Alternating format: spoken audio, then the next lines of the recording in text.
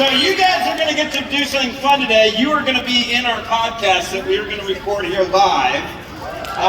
So I hope you're ready. So you're going to get to download it, you'll get to see it, and you'll also get to see the video on YouTube as well. So we're going to start our podcast like we normally do, but when I introduce you guys, I need it to be very loud. Extremely loud, okay? You guys ready? I'm not sure they can do that. I don't know. We're going to find out. We're going to find out. So if you guys, are y'all ready? Yeah! Here we go. You ready? All right, here we go.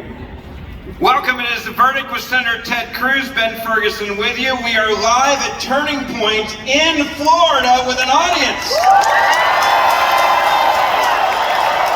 I like it. That's a rowdy crowd. We've got a room full of 3,000 young people who are ready to transform America and take this country back. It's nice to see a rowdy crowd that's ready to take back America. I love this. And this is a very different gathering from, say, a Joe Biden political speech. One, we can understand what's being said. Well, there is that, and there are more than 6 people here, and they're not sitting in little circles really far away from each other. They're not staffers. And I feel relatively confident that neither one of us is going to wander off the stage looking for the Easter Bunny. That's true. Or finding cocaine. Or for that matter, let's just talk for a second. What the hell was Biden doing, like, fighting that little kid? I'm sorry, that's just weird. Yeah. It was weird. This is a week, Senator, and it's going to be a really fun week, especially for, I think, this country to see what's happening on the issue of the Bidens. Of Joe Biden, the Biden family corruption, and we're going to be sitting down with a man that knows a lot about this, James Comer, for a 2-part series this week. You are not going to want to miss that on Verdict the Podcast. It is a phenomenal moment, I think, for this history this week to kind of hear from these whistleblowers. But let's talk about where we are going into this week, because these whistleblowers have risked everything. And I don't think people understand. They're risking not just their lives, they're risking their careers. They're going to be ruined if the Bidens have their way. And they're coming to Congress this week to say, here's what we saw, here's what we know, and here's what was covered up. Yeah, no, that's exactly right. This is a big week, as everyone here knows, because the folks here at Turning Point, y'all are engaged, you're following what's happened, you're informed. But I gotta say, the evidence that is coming out of Biden family corruption, it keeps growing and growing and growing. And this podcast, we do it 3 days a week. We do it Monday, Wednesday, and Friday. And it is, every month we're getting just under 1 million unique listeners. We're beating CNN every single week. You can clap for that one. And what's powerful about it is we try to walk people through and give them the information that doesn't get covered on TV, that doesn't get covered in the ordinary meeting. So, for example, the Biden family corruption evidence. This week, we're going to have, hopefully, both IRS whistleblowers on Wednesday testifying before the House of Representatives. Yes! Immediately after that happens, that night, Wednesday night, we're going to have James Comer, the chairman of the committee that is going to be having both IRS whistleblowers, is going to be a guest on Verdict. We're going to do 2 episodes, record them Wednesday night, and put them out Thursday morning and Friday morning. If you look at what's come out now, you've got 2 senior career employees at the IRS who've come forward and said, we are seeing a pattern of corruption. We're seeing a pattern of corruption, number 1, of Joe Biden and Hunter Biden. And listen, the important thing to keep in mind, this is not about whether Hunter Biden is running around on crack with guns and prostitutes. He is. But if it were just that, it would not be an issue of national concern. The issue is, did Hunter sell access to Daddy, then the Vice President of the United States, now the President of the United States? And was Daddy corrupt? And the answer, the evidence at this point is overwhelming. Look, you look at the WhatsApp text that Hunter Biden sent. And I want to revisit it because this is as close to a smoking gun about corruption from the president as you're ever going to see. Here's what Hunter Biden texted to a senior Chinese communist official, quote, "I am sitting here with my father." By the way, count how many times you hear references to Joe Biden, not Hunter, Joe. "I am sitting here with my father, and we would like to understand why the commitment made has not been fulfilled. Tell the director that I would like to resolve this now, before it gets out of hand," and now means tonight. "And Z, if I get a call or text from anyone involved in this other than you, Zhang, or the chairman, I will make certain that between the man sitting next to me," that's 3, "and every person he knows," that's 4, "and my ability to forever hold a grudge, that you will regret not following my direction. I am sitting here waiting for the call with my father." 5. Now, I gotta say, last week, Chris Wray, the director of the FBI, was asked in a congressional hearing, was that a shakedown? And he refused to answer the question. Look, that is as transparently a shakedown as you will ever see. And it's not just the shakedown. It's the fact that we have evidence after the shakedown that it worked. You had $5+ million, Senator, come into a bank account connected directly to the Bidens. 5 for Hunter and 5 for Joe. Right, but a week after that was sent, within a week, the money came in the bank account, and these are all the suspicious activity reports, all the LLCs, and we even know that the Bidens at one point said there's so many LLCs that we've set up, shell companies, they'll never be able to figure it out. And by the way, let's be clear, that there are potentially defenses to this text. You could say it's fraudulent. Well, Hunter hadn't said that. He doesn't deny that this is a real WhatsApp message he sent. You could also say Hunter was lying, that he wasn't in fact sitting next to Joe Biden, but he hadn't said that. The White House hasn't said that. They haven't denied that Joe Biden was sitting right next to them while he was shaking down a communist Chinese and trying to extort $10 million from them. And now we have new breaking news. So you're looking into, so I gotta say, Hunter and Joe had a great business. They shook down just about every rotten, corrupt enemy of America they could find. So they went to the Chinese, that was very profitable, but they also went to Burisma, the natural gas company in Ukraine. And what broke this week, so the Ukrainian oligarch who owns Burisma, Mykola Zlochevsky, not a good guy. What we have seen now is an email that went on November 2nd, 2015, from an executive at Burisma, a guy named Vadim Pajharsky, who emailed Hunter Biden, Devin Archer, and Eric Schwerin about a revised proposal.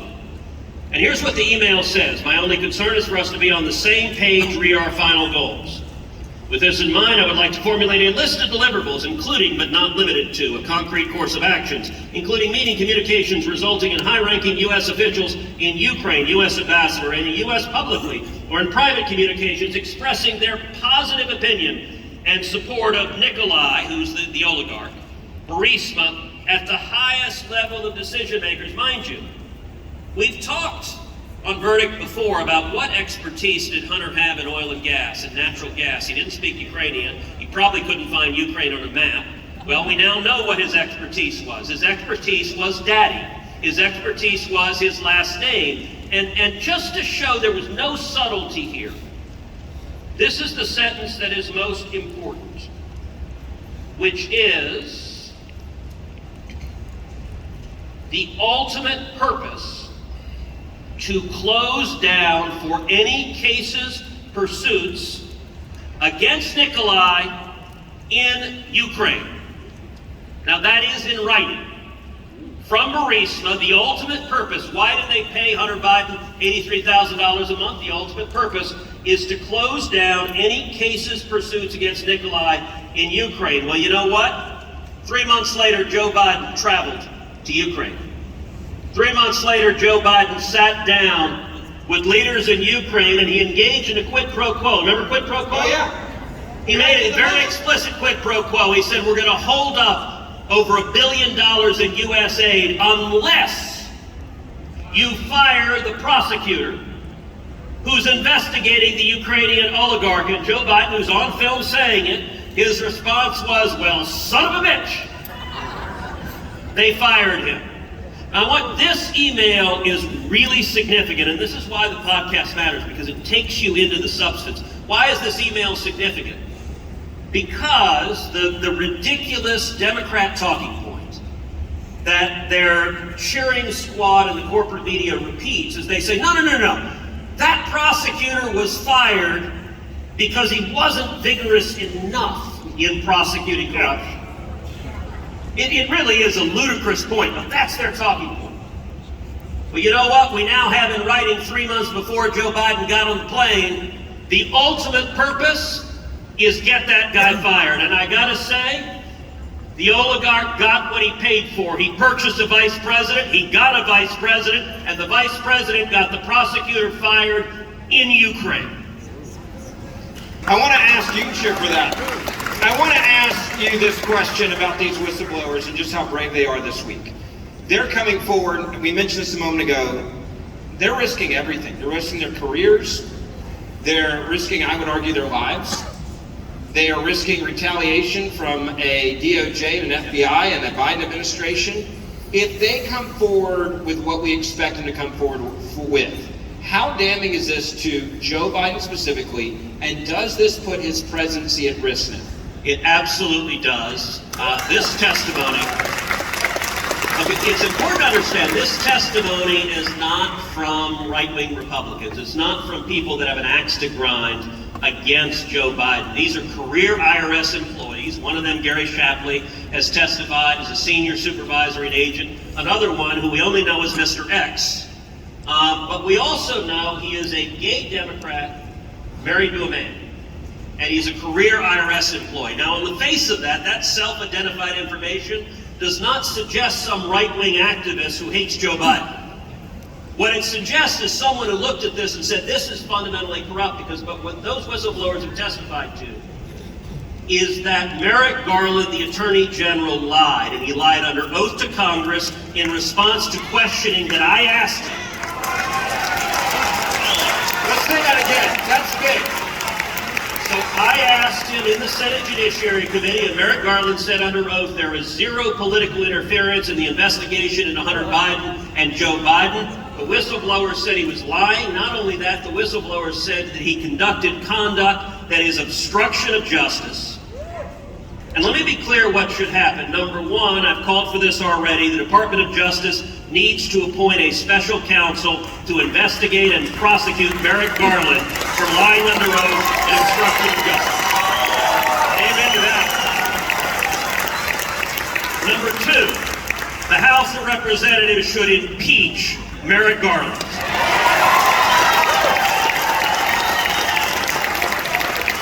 And number three, if the evidence confirms what that text says and what the whistleblowers are saying, that the President of the United States took bribes from foreign nationals, then the House of Representatives should impeach Joe Biden.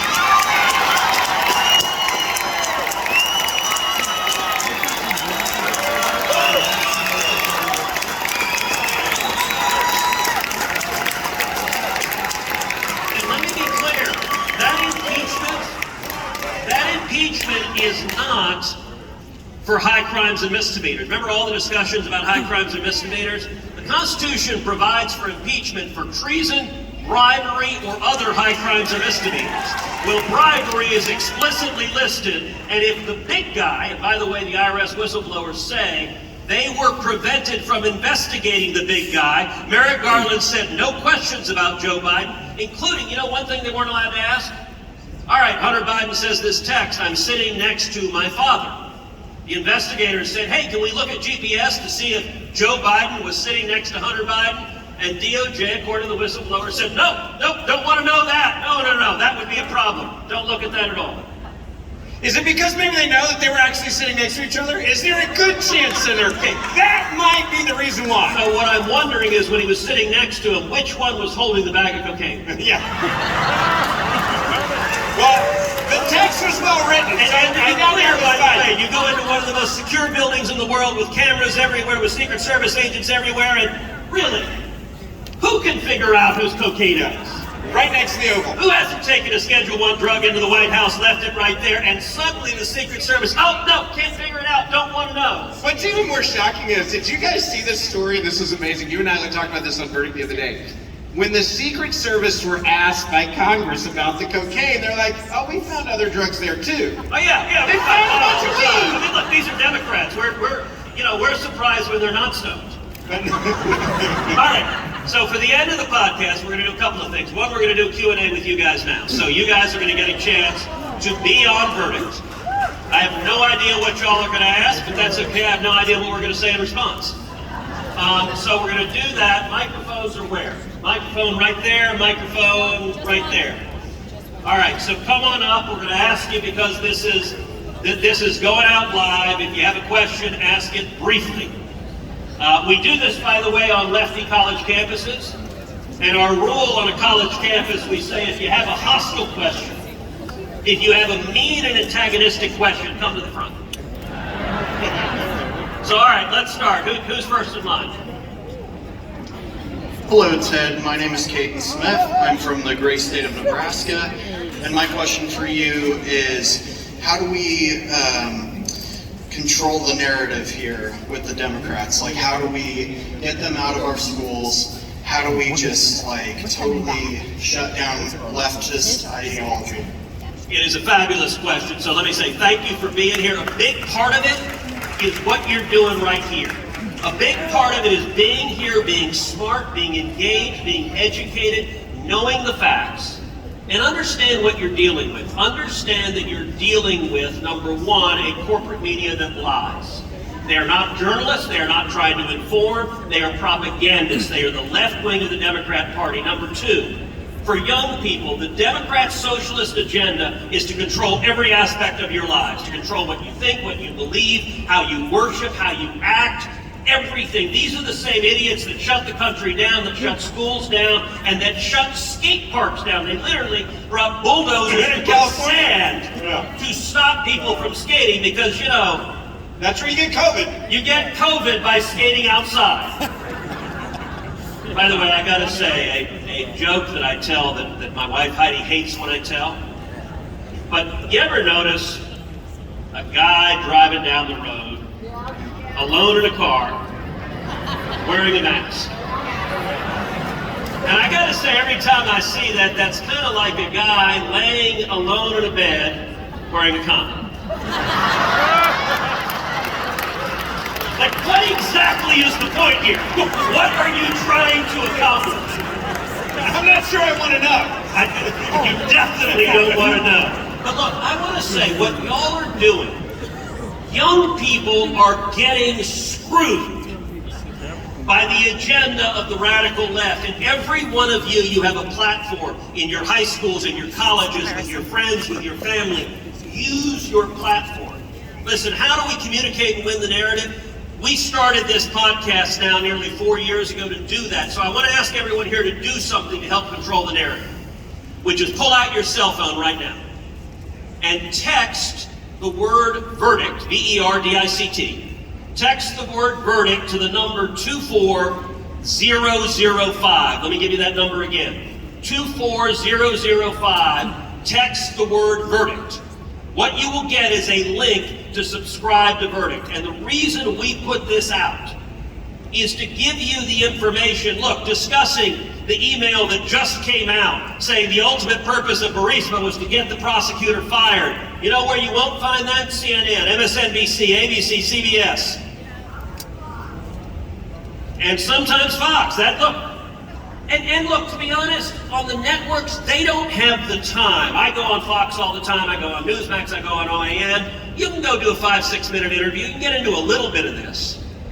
But when it's complicated, what a podcast like Verdict lets you do is go through the substance and get into the meat. All right, next question. Mike from Arizona. I am so tired of hearing we're going to hold them responsible. I want to know why, after 6 months. We can't put anybody in jail.